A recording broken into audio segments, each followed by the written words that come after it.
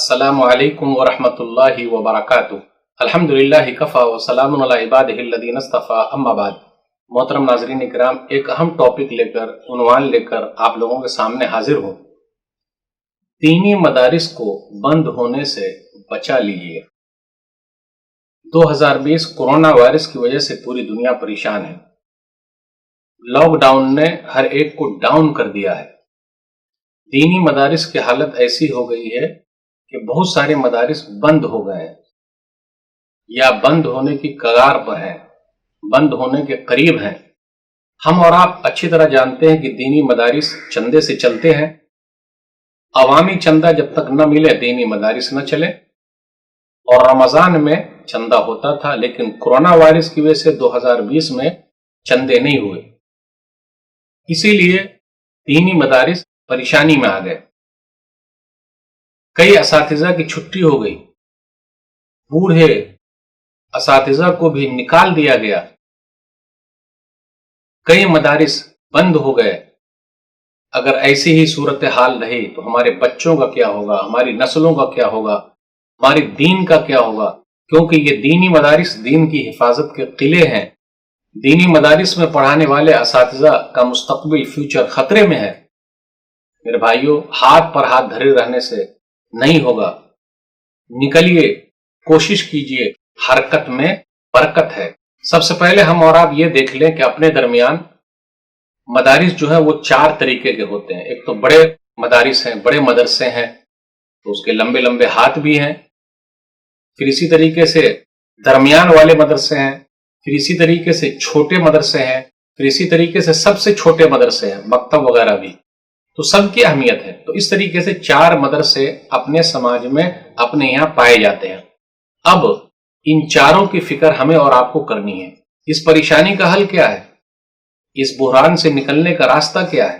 آزمائش سے نکلنے کا راستہ یہ ہے، نمبر 1، کہ ہم لوگ سب ایک جسم ایک جان ہو جائیں، ہم لوگ ایک گھر ایک خاندان ہو جائیں، 10 لوگ ایک ساتھ جمع ہو جائیں تو بس ہو جائے گا، اور 10 کے 10 پر پوری ذمہ داری بنتی ہے کہ اس مسئلے کا حل وہ لوگ نکالیں۔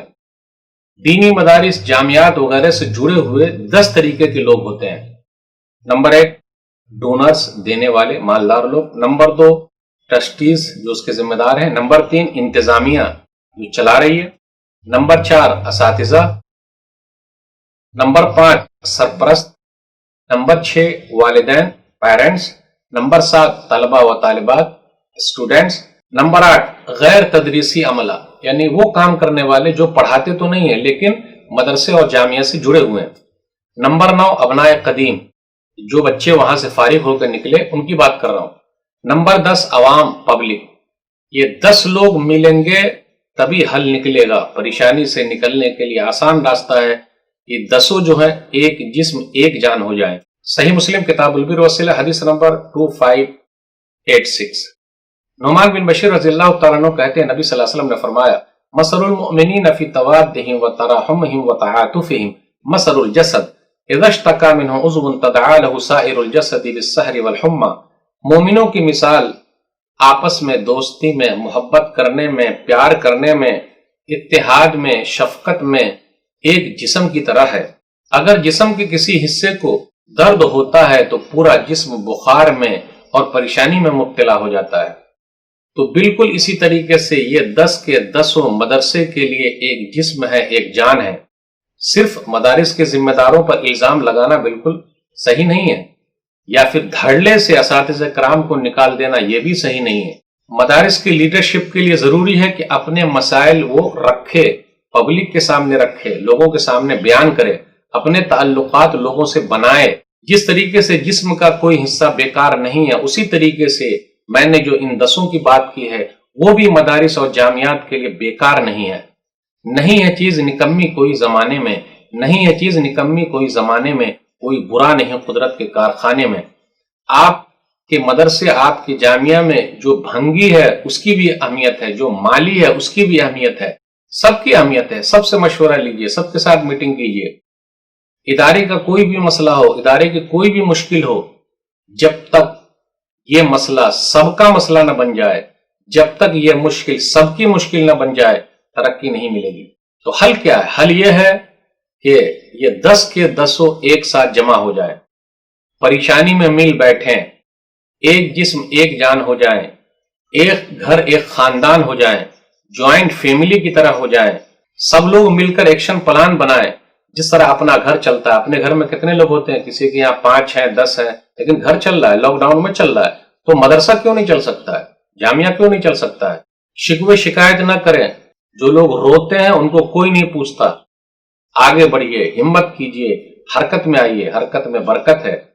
نمبر 2، ابنائے قدیم اہم رول ادا کریں۔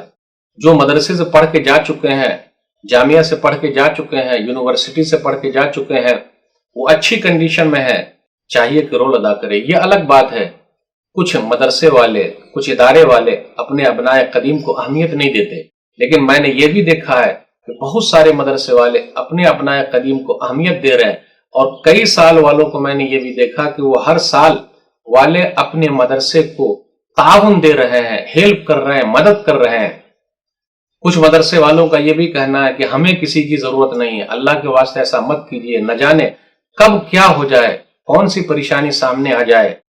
یہ ادارہ ہر ایک کا ادارہ ہے، ہر ایک کی پراپرٹی ہے، ایسا لگنا چاہیے۔ جو بھی ادارے کا فارغ ہے، جتنا بھی تعاون کرے، جس طریقے سے کروائے، اس کی بڑی اہمیت ہے۔ میں طلبہ اور طالبات کے سرپرست والدین سے اپیل کرنا چاہتا ہوں، آپ اپنے بچے کے مدرسے کو اپنا مدرسہ سمجھیں، آپ اپنے بچوں کے جامعہ کو اپنا جامعہ سمجھیں، اپنا گھر سمجھیں، اپنی فیملی سمجھیں۔ آپ گروپ کی شکل میں جائیں، سیٹ لوگوں سے ملیں، پریشانی کا ذکر کریں، اور مدرسے کی پریشانی کو اپنی پریشانی سمجھیں۔ جب ایسا ہوگا تو فائدہ ہوگا۔ نمبر 4، جس گاؤں میں، جس شہر میں، جس محلے میں مدرسہ ہے، وہ محلے والے اس مدرسے کی اہمیت کو جانیں۔ لیکن اکثر کیا ہوتا ہے؟ جھگڑا کیے رہتے ہیں۔ بھائی، اس محلے میں جو مدرسہ ہے، اس سے آپ کی رونق ہے، آپ کے محلے کی رونق ہے، آپ کے بال بچوں کا فائدہ ہے، آپ کا فائدہ ہے۔ تو پبلک کی ذمہ داری بنتی ہے کہ اس مدرسے کی فکر کرے، جامعہ کی فکر کرے، تماشا نہ دیکھے بند ہو گیا، ارے بڑا اچھا ہوا، جی نہیں۔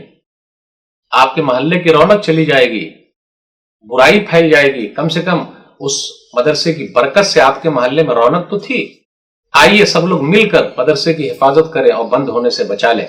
نمبر 5، مالداروں سے درد مندانہ اپیل ہے کہ اس لاک ڈاؤن میں، کورونا وائرس کے زمانے میں مدرسوں کا خاص خیال رکھیں، خاص تعاون پیش کریں۔ اللہ نے مال آپ کو دیا، اللہ کے راستے میں لگائیں، اور خرچ کرنے سے مال کم نہیں ہوتا بلکہ بڑھتا رہتا ہے۔ صحیح مسلم کتاب البر وسیلہ حدیث نمبر 2588، ابو ہریرہ رضی اللہ تعالیٰ عنہ حدیث کے راوی ہیں، نبی صلی اللہ علیہ وسلم نے فرمایا، ما نقص صدقۃ من مال، صدقہ و خیرات کرنے سے مال کم نہیں ہوتا۔ اللہ کے راستے میں لگائیے، اور آپ اگر ادارے پر لگاتے ہیں، مدرسے پر لگاتے ہیں، جامعہ پر لگاتے ہیں، تو ایک صدقہ جاریہ ہے جس کا فائدہ مرنے کے بعد ہوگا۔ تو اس کی اہمیت کو جانیے، پہچانیے۔ یہ دینی مدارس دین کی حفاظت کے قلعے ہیں، اور آپ لوگوں کے ہی تعاون سے چل رہا ہے۔ ان بچوں کی دعائیں لیجئے، ذمہ داروں کی دعائیں لیجئے، جس کی وجہ سے آپ کا مال اور بڑھ جائے گا۔ اللہ ہم سب کو نیک عمل کی توفیق دے، اور آخرت کے لیے نیکی جمع کرنے کی توفیق دے، آمین۔ اللہ کورونا وائرس سے جلد سے نجات دے دے، آمین۔ ہمارے مدارس جو بند ہو گئے اللہ دوبارہ کھول دے، جو بند ہونے کے قریب ہیں اللہ اس کو تو بچا لے۔ اساتذہ کرام کو جو تنخواہ نہیں مل رہی، اللہ کا انتظام کر دے۔ اے اللہ جو پریشان حال ہے ان کی پریشانی کو دور کر دے، آمین۔ والسلام علیکم ورحمۃ اللہ وبرکاتہ۔